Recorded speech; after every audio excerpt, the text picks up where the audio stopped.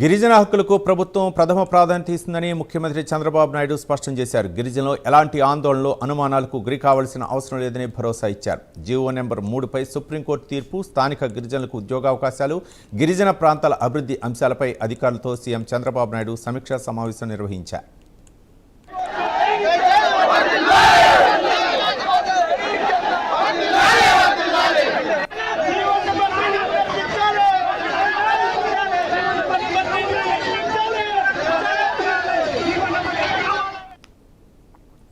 Schedule ప్రాంతాల్లో స్థానిక గిరిజనులకు ఉద్యోగాల్లో రిజర్వేషన్లు కల్పించేందుకు తీసుకొచ్చిన జీవో నెంబర్ 3 అమలుపై ప్రభుత్వం ప్రత్యామ్నాయ మార్గాలను పరిశీలిస్తోందని సీఎం చంద్రబాబు తెలిపారు.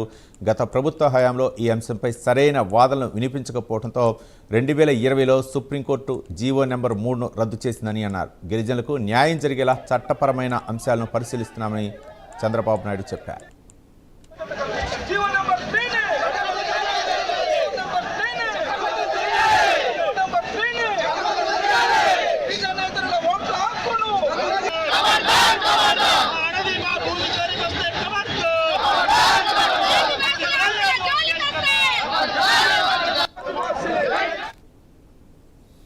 జీవో నెంబర్ 3తో పాటు స్థానికులకే ఉద్యోగాలు, ఇతర గిరిజన సమస్యలపై త్వరలో గిరిజన సంఘాలతో చర్చలు నిర్వహించాలని అధికారులను సీఎం ఆదేశించారు. గిరిజన సంఘాల సూచనలు తీసుకుని ముందుకు వెళ్లాలని సూచించారు.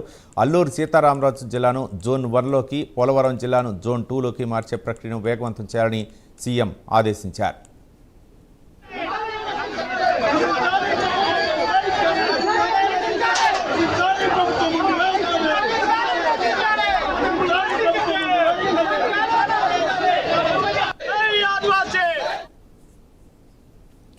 బాక్సైట్ మైనింగ్ విషయంలో గిరిజనులు ఆందోళన చెందాల్సిన అవసరం లేదని సీఎం స్పష్టం చేశారు. గిరిజనుల హక్కులు, మనోభావాలకు వ్యతిరేకంగా ఎలాంటి నిర్ణయాలు ఉండవని తెలిపారు.